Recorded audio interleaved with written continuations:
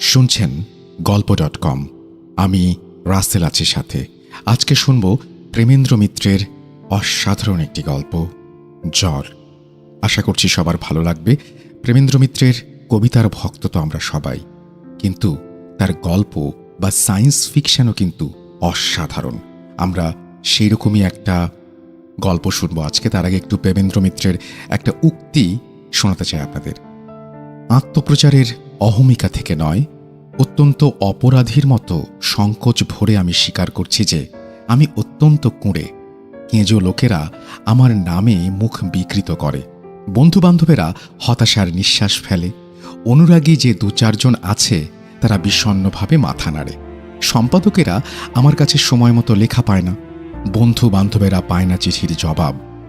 সদিচ্ছার আমার অভাব নেই, চিঠি পেলেই তার জবাব দেওয়ার জন্য উৎসুক হই, কিন্তু লেখাটা বেশিরভাগ সময়ে মনে মনেই হয়।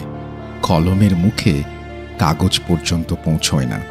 তারপরেও কাগজ পর্যন্ত যে লেখাগুলো পৌঁছাতে পেরেছিল তার জন্যই আমাদের সাহিত্য ভাণ্ডার হয়েছে সমৃদ্ধ। আমরা পেয়েছি প্রেমেন্দ্র মিত্রের মতন একজন গুণী মানুষকে। একটু জানিয়ে রাখি, প্রেমেন্দ্র মিত্র একজন ভারতীয় কবি, লেখক এবং চলচ্চিত্র নির্মাতা। আর তার বই সম্পর্কে যদি আমরা বলি, তার বইয়ের প্রথম প্রকাশকাল হচ্ছে 1932। বৈপ্লবিক চেতনাসিক্ত মানবিকতা তার কবিতার প্রধান বৈশিষ্ট্য। প্রথম জীবনে তার ছোট গল্পের 3টি বই বের হয়, পঞ্চস্বর, বেনামি বন্দর আর পুতুল ও প্রতিমা। আজকে শুনব জ্বর, প্রেমেন্দ্র মিত্র। জ্বর লিখেছেন প্রেমেন্দ্র মিত্র, পাঠ জাহাঙ্গীর আলম। সন্ধে 7টায় কম্প দিয়ে জ্বর এলো। লেপ কাঁথা যেখানে যা ছিল চাপা দিয়েও সে কাঁপুনি থামানো যায় না। একটা প্রচণ্ড উন্মত্ত আলোড়ন, শুধু যেন শরীর নয়, সমগ্র সত্তার অন্তঃস্থল থেকে উদ্দাম হিমশীতল তরঙ্গের পর তরঙ্গ, সমস্ত চেতনা ক্ষণে ক্ষণে আঘাতে আঘাতে জর্জরিত প্লাবিত করে দিয়ে যাচ্ছে। এক মুহূর্তে সব কিছু গেল বদলে। কোনো ধারাবাহিকতা আর নেই চেতনার। জীবনের একটা নিটোল চমৎকার দিন যেন টুকরো টুকরো হয়ে ভেঙে ছড়িয়ে এলোমেলো হয়ে যাচ্ছে মিশে। শেড দেওয়া আলোয় অন্ধকার একটা ঘর ক্রমশ যেন সংকীর্ণ হয়ে আসছে। নমিতার একটা ঠান্ডা হাত মাথার ওপর থেকে বহুদূর যাচ্ছে সরে। দেওয়ালে অদ্ভুত সব ছায়ার নকশা যেন জীবন্ত হয়ে চলাফেরা করছে। উড়ে যাওয়া মেঘের মতো একটা মশারির চাল হঠাৎ মুখের উপর এলো নেমে। পাশের বাড়ির কর্কশ রেডিও নিনাদ, ওধারে বারান্দায় কাদের আলাপ হয়ে উঠল। তারই মধ্যে বয়ে যাচ্ছে আশ্চর্য ঠান্ডা এক নদী। স্টিমারের একটু মৃদু কম্পন, নেপথ্যে প্রপেলারের একটা একঘেয়ে আওয়াজ, রেলিংয়ের ওপর দিয়ে ঝুঁকে পড়া একটা মুখ, স্নিগ্ধ পরিচ্ছন্ন, তবু কেমন যেন একটু কঠিন। বারান্দায় ওরা আমারই কথা আলাপ করছে মনে হয়। আর দুদিন সবুর করলে কি এমন রাজ্যনাশ হতো? এই শরীরে আজকালকার পথের এত ধকল সহ্য হয়? পথের ধকল? হ্যাঁ, ধকল কম নয় বটে। স্টিমার ঘাটে সেই জনসমুদ্রের দিকে চেয়ে সত্যি আতঙ্ক হয়েছিল। মনে হয়েছিল স্টিমারে 7 দিন অপেক্ষা করেও পৌঁছাতে পারবো না। এত মানুষ কখন একটা স্টিমারে ধরতে পারে? গ্যাংওয়েটা যেন মানুষের ভারে ভেঙে পড়বে। হরেক রকম মানুষের একটা জমাট জটলা, কুলি, ভদ্রলোক, ফৌজ, তারই সঙ্গে বিচিত্র বিপুল মালপত্রের লটবহর। মাথার ভেতর একটা ঠান্ডা স্রোত যেন ধীরে ধীরে নামছে। নমিতাই বুঝি আইসব্যাগটা ধরে আছে। কোথায় কারা বাজারের দাম নিয়ে আলাপ করছে। আগুন আগুন, যা কিছু ছুতে যাও সব আগুন। আর বারে গেছে চাষি মজুর, এবার আমাদের পালা। সুস্থ লোকের খাবার নেই তো রোগীর ওষুধ। তবু কলকাতায় কি রকম ভিড় দেখেছ? বেড়েই চলেছে। ওপরের ডেকে উঠবার সিঁড়িটার কাছে কেমন করে পৌঁছেছিলাম নিজেই জানি না। নিজের ইচ্ছায় অনিচ্ছায় নয়, সমবেত জনতার একটা নিরবিচ্ছিন্ন চাপে শুধু এগিয়ে চলেছি। সিঁড়ির ওপরের ডেকের ফোকরটা যেন একটা হা করা বিভীষিকা। কুলিদের মাথার মালগুলো বিপজ্জনকভাবে কাত হয়ে আছে। ওপরে মানুষের নীড়ের দেয়াল ভেদ করে কোনোদিন উঠতে পারবো মনে হয় না। দুঃসহ দম বন্ধ করা গরম, তারই মধ্যে হঠাৎ চারিধারের কোলাহলটা যেন আরও তীক্ষ্ণ হয়ে উঠল। অর্ধ সচেতনভাবে বুঝতে পারলাম সমূহ বিপদ ঘনিয়ে এসেছে। সিঁড়ির ওপরের ধাপের একটা কুলির মাথার উপরকার মালের পাহাড় টলে গিয়ে ধসে পড়বার উপক্রম। সরে যাবার জায়গা নেই। দুর্বল হাতে সেই বিশাল সুটকেস ট্রাঙ্কের পাহাড়ের পতন নিবারণ করা অসম্ভব।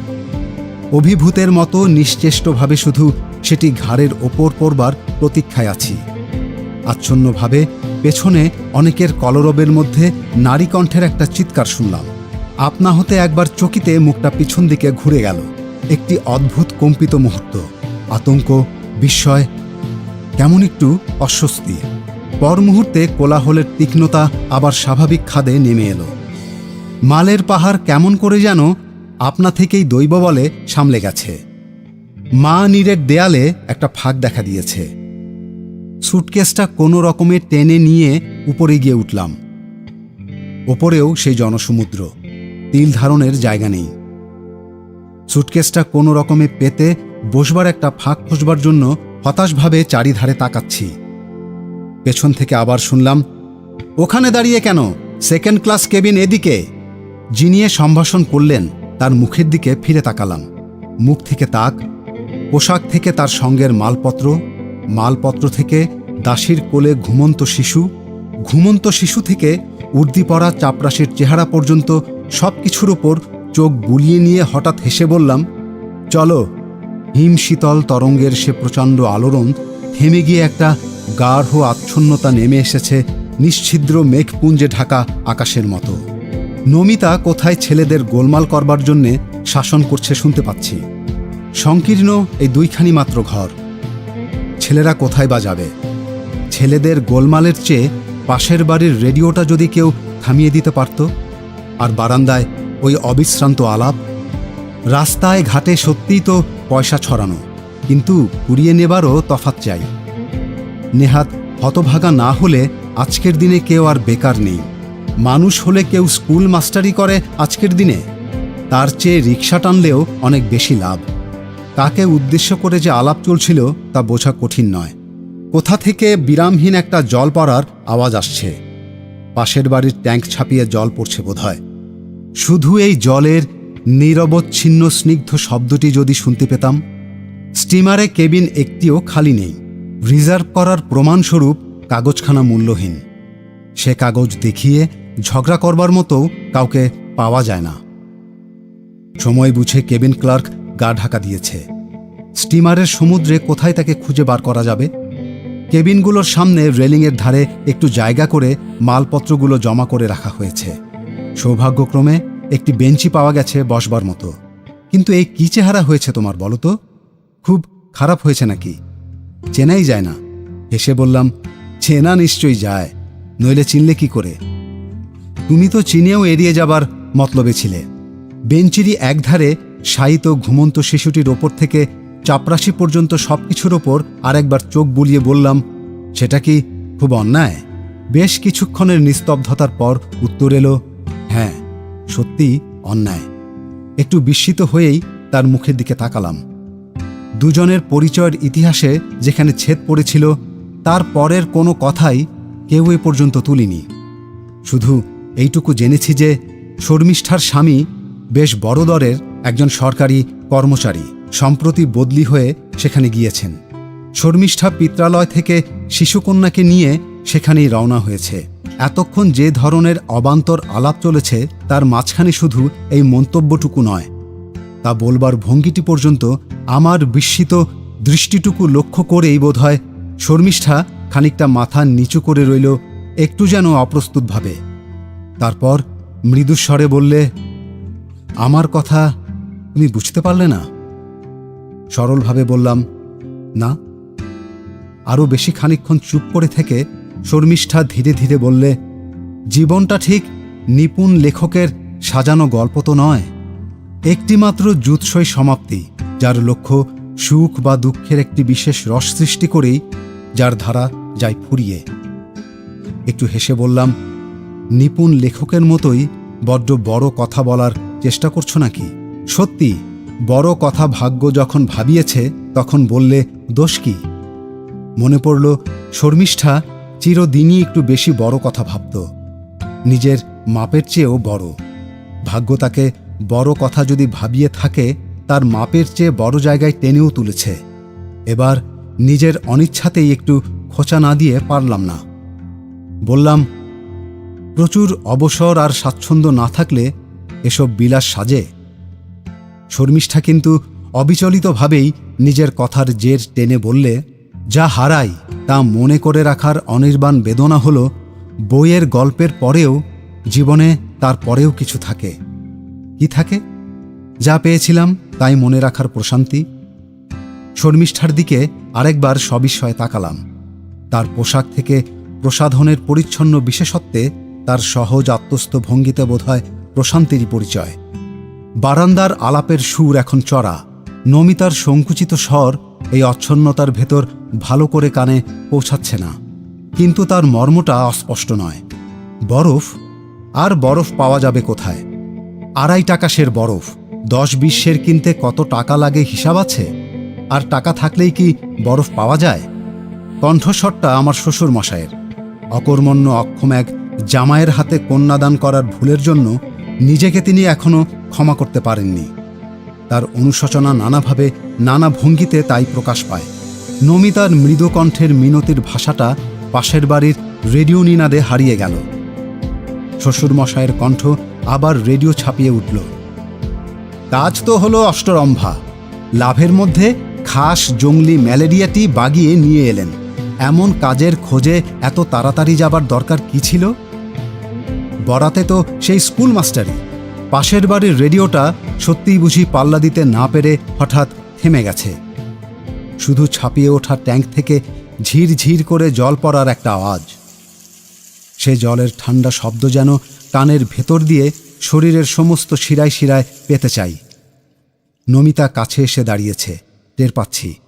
আইসব্যাগটা একবার মাথার উপর ধরে নামিয়ে নিলে। আইসব্যাগে বরফ আর নেই, সব জল হয়ে গেছে। চোখ না খুলেই নমিতার মুখ যেন আমি দেখতে পাচ্ছি। লেপের ভেতর থেকে হাতটা বার করে তার হাতটা ধরে ফেললাম। ভিজে ঠান্ডা স্পঞ্জের মতো নিষ্প্রাণ হাত। অনেকক্ষণ আইসব্যাগ ধরে থাকার দরুন বোধ হয়।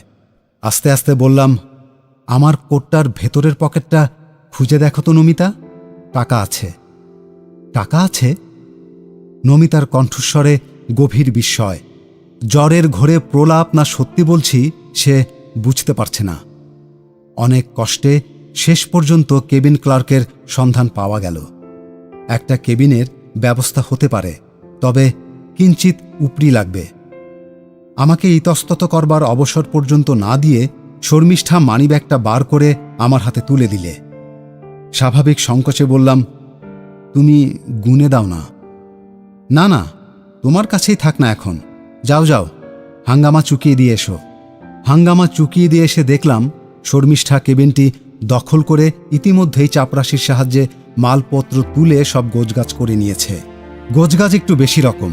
হেসে বললাম, তুমি তো একেবারে সংসার পেতে বসেছ দেখছি, অথচ 1 ঘন্টা বাদেই তো নেমে যাবে। টিফিন ক্যারিয়ার থেকে 2টো প্লেটে খাবার সাজাতে সাজাতে শর্মিষ্ঠা বললে, 1 ঘন্টার সংসারই কি তুচ্ছ? ঘন্টা ধরে তো সব কিছুর দাম করা যায় না। খাবারের প্লেটটা আমার দিকে এগিয়ে দিয়ে আমায় বললে, নাও, এবার একটু নিশ্চিন্ত হয়ে তোমার সব কথা শুনব। ভাবলাম বলি, আমার কথা শোনার ধৈর্য কি তোমার আছে শর্মিষ্ঠা? যেখানে আমাদের পরিচয় হয়েছিল সেখান থেকে আমি অনেক ধাপ নিচে এসেছি, তুমি গেছো উঠে। আমি দরিদ্র স্কুল মাস্টার, ব্রত বড়, নিষ্ঠা নেই। যুদ্ধের বাজারে আগুন যেখানেই লাগুক, ছাই হলো আমাদের সংসার সবার আগে। তাই আজকের দিনে আলাদিনের প্রদীপ যাদের হাতে, তাদের একজনের দরজায় লোভে দুরাশায় ধন্না দিতে গিয়েছিলাম, কিন্তু তাও ভাগ্যে সইল না। জ্বরে পড়ে রুগ্ন দেহ নিয়ে পুনমসিক হয়ে ঘরে ফিরছি। তুমি আমার জীবনে কবে কি ছিলে তা মনে রাখবার উৎসাহটুকু আমার নেই। কিছুই কিন্তু বললাম না। বলবার দরকার হলো না। শর্মিষ্ঠার নিজেরই দেখা গেল এত কথা বলবার আছে যে সময়ে কুলোয় না। তার জীবনের গভীর সূক্ষ্ম সব দুঃখ, আঘাত, দ্বন্দ্ব, সমস্যার কথা, সেই সঙ্গে তাদের পারিবারিক প্রসঙ্গও বুঝি না এসে পারে না। তার স্বামীর পদমর্যাদা, দায়িত্ব, তাদের সাংসারিক সামাজিক প্রতিষ্ঠার পটভূমিকায় শর্মিষ্ঠা নিজের হৃদয়কে যেন সবিস্তরে বিশ্লেষণ করে চলল। অবহিত হয়ে তার কথাই শুনছিলাম। প্লেট খালি দেখে শর্মিষ্ঠা আবার অনেকগুলো খাবার চাপিয়ে দিলে। বললাম, করছো কি? কত আর দেবে? শর্মিষ্ঠা গাঢ় গভীর স্বরে বললে, আমার কাছে কত বড় পাওনা তোমার ছিল, তার কী বা দিতে পারলাম। বারান্দায় শ্বশুরমশায়ের গলার স্বরটা হঠাৎ কেমন নতুন শোনাচ্ছে। এ তো 100 টাকার নোট, এখন ভাঙাবো কোথায়? নমিতার কণ্ঠস্বর এবার আর তত মৃদু নয়। সব কটাই তো ওই। সব কটাই? ওহ, এতক্ষণে বুঝেছি, কিছু আজ সেখানে নির্ঘাত বাগিয়েছে। মাঝখানের একটা স্টেশনে শর্মিষ্ঠা নেমে গেল। যথাসম্ভব সাহায্য করলাম কুলি ডেকে মালপত্র নামাবার ব্যবস্থা করে দিয়ে। স্টিমার ছাড়বার আগে পর্যন্ত শর্মিষ্ঠা পন্টুনে রইল দাঁড়িয়ে। শেষ মুহূর্তে গভীর গাঢ় স্বরে বললে, আমি কি ভাবছি জানো? কি? আর যেন দেখা না হয়। একটু চুপ করে থেকে পকেট থেকে তাড়াতাড়ি তার মানিব্যাগটা বার করে ছুড়ে দিলাম। দেখো দিকি, আরেকটু হলে ভুলে যাচ্ছিলাম। শেষকালে শুধু কি ওইটুকুই মনে পড়ল? একটু হাসলাম। ওপরে ঘণ্টা বাজছে স্টিমার চালাবার। প্যাডেলের আলোড়নে স্টিমার কাঁপছে। শর্মিষ্ঠা কখন ব্যাগ খুলবে জানি না। খুললে আমার চিঠির টুকরোটুকু পাবে নিশ্চয়। লিখেছি, তোমার কাছে অনেক বড় পাওনা আমার ছিল, তার সামান্য কিছু শোধ নিলাম।